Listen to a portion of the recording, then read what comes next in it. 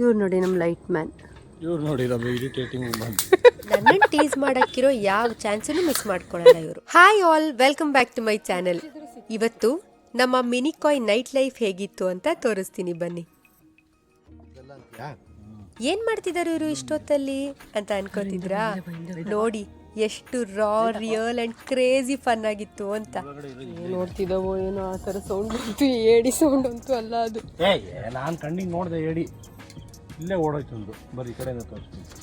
S, crab ಹಂಟಿಂಗಿಗೆ ಅಂತ unknown island ಅಲ್ಲಿ ಮಧ್ಯರಾತ್ರಿಲಿ ನಮ್ಮ ಪಯಣ.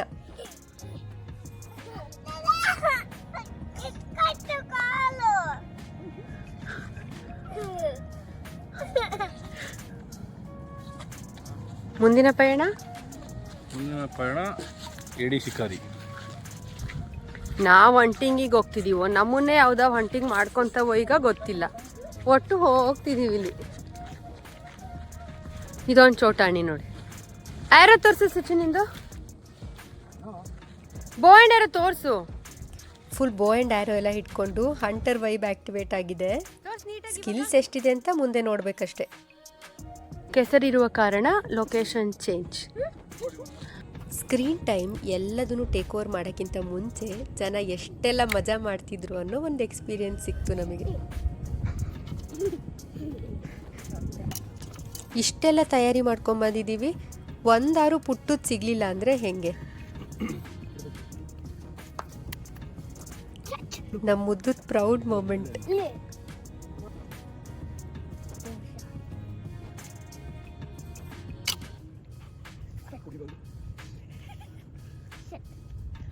ಕೈಯಲ್ಲಿ ಚುಚ್ಚಿ ಬರೋಣ.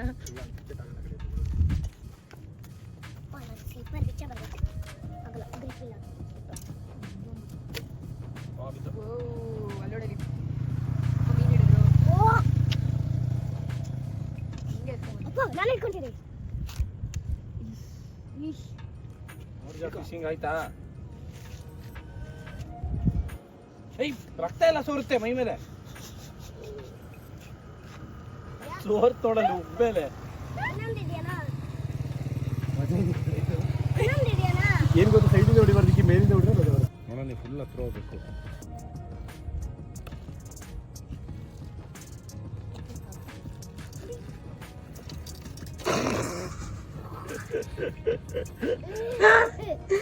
ಯಾವುದೋ ಒಂದು ಕೊಣಮಿಣಿ ಫಿಶ್ಗೆ ಮಾಡ್ತಾ ಇರೋದು ನೋಡಿದ್ರೆ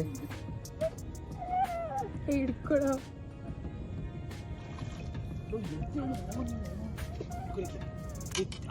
ಕ್ರ್ಯಾಬ್ ಹಿಡಿಯೋಕ್ಕಿಂತ ಇವನನ್ನ ಹಿಡಿಯೋದೇ ಒಂದು ದೊಡ್ಡ ಟಾಸ್ಕ್ ಆಗುತ್ತೆ. ಹಿಡ್ದಿರೋದು ಹಂಗೆ, ನಾವು ಹಿಡ್ದಿರೋದು ಅಲೋ ಅಲ್ಲಿ ಅಲ್ಲಿ ಮಣ್ಣು ಇದು ಮಾಡ್ತೀವಿ. ನಂದು ನನ್ನ ಮಗಂದು ಹಂಟಿಂಗಲ್ಲಿ ಫುಲ್ ಎಕ್ಸ್ಪೀರಿಯನ್ಸ್ ಇರೋ ಥರ ಸಜೆಷನ್ಸ್ ಬೇರೆ. ಕೈಯಲ್ಲೇ ಹಿಡ್ಕೊಂಬಂದ್ಬಿಡ್ಬೋದು, ಅಲ್ಲಿ ತನಕ ಹೋಗಿ ಹೊಡಿಯೋಕ್ಕಿಂತ ಕಪಕ್ಕಂತ ಕೈಗೆ ಬರುತ್ತದು.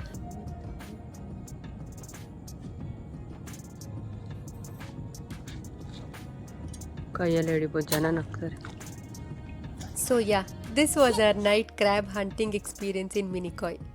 Would you try this if you get a chance? Let me know in the comment section. Night ಎಲ್ಲ ಫುಲ್ ಶಿಕಾರಿ ಮುಗಿಸಿ next day under water adventure ಮಾಡೋಕ್ಕೆ ಅಂತ ಹೊರಟ್ವಿ. ಆಲ್ಮೋಸ್ಟ್ 1 ಅವರಿಂದ ನಮ್ಮ ಸ್ಕೂಬಾ ಡೈವಿಂಗ್ ಸ್ಪಾಟ್ ಹತ್ರ ಟ್ರಾವೆಲ್ ಮಾಡ್ತಾ ಇದ್ದೀವಿ.